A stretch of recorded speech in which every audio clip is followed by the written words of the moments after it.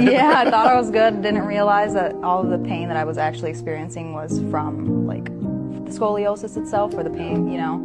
And so I just kept pushing through. What would it mean for you to be able to do life without this pain? Because you're a pretty motivated individual, I think. Right. It seems like, and you're not letting anything hold you back. But what would it do for you if you didn't have this pain? I think I'd be more positive. Okay. I feel like a lot of my negative attitudes come from being in pain. Sure. Without that, I don't know, probably feel amazing. Well, I mean, to get a good 8 hours of sleep without having like any pains and aches, that would be amazing. Okay, so 8 hours of sleep, uninterrupted, no pain, that would change the game for you. It would change the game. Okay. Is that possible? I see it. I mean, we see that time and time again in here. Yeah.